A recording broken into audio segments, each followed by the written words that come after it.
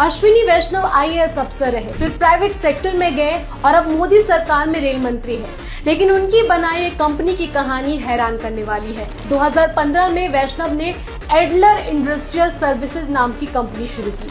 शुरुआत सिर्फ 1 लाख रुपए से हुई और कुछ ही सालों में ये कंपनी 113 करोड़ की बन गई, यानी करीब 11,000 गुना ग्रोथ। ये चमत्कार कैसे हुआ? कंपनी का रेवेन्यू 2015-16 में सिर्फ 45 लाख का था, लेकिन 2020-21 में ये बढ़कर 323 करोड़ हो गया।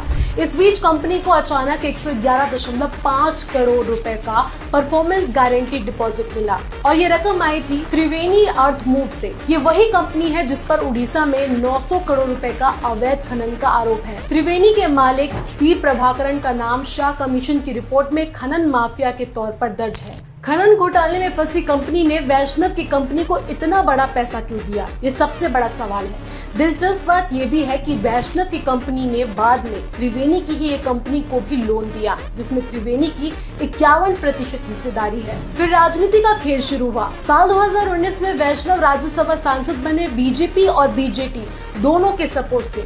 उसी समय त्रिवेणी कंपनी ने बीजेपी को 11 करोड़ रुपए का इलेक्टोरल बॉन्ड दिया। इसके बाद 2021 में वैष्णव मंत्री बने और रेलवे, आईटी जैसे अहम मंत्रालय उनके हाथ में आ गए। इस बीच 2019 से 2023 के बीच 113 रेल हादसे हुए, लेकिन मंत्री जी का राजनीतिक और कारोबारी साम्राज्य लगातार फलता फूलता रहा।